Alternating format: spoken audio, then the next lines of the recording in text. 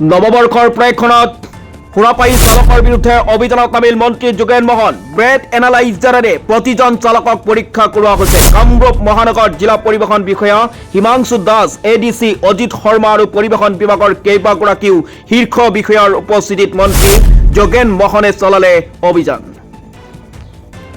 নৱবৰ্ষৰ প্ৰাক্ষণত সুৰাপায়ী চালকৰ বিৰুদ্ধে অভিযানত নামিল মন্ত্ৰী। 30 ডিচেম্বৰৰ মাজনিশা GS ৰোডত অভিযানত নামিল মন্ত্ৰী যোগেন মহন। সুৰাপায়ী চালকৰ বিৰুদ্ধে অভিযানত নামিল মন্ত্ৰীগৰাকী। প্ৰতিজন চালকক ব্ৰেড এনালাইজাৰৰ সহায়ত তন্নকৈ পৰীক্ষা কৰিলে মন্ত্ৰীগৰাকীয়ে।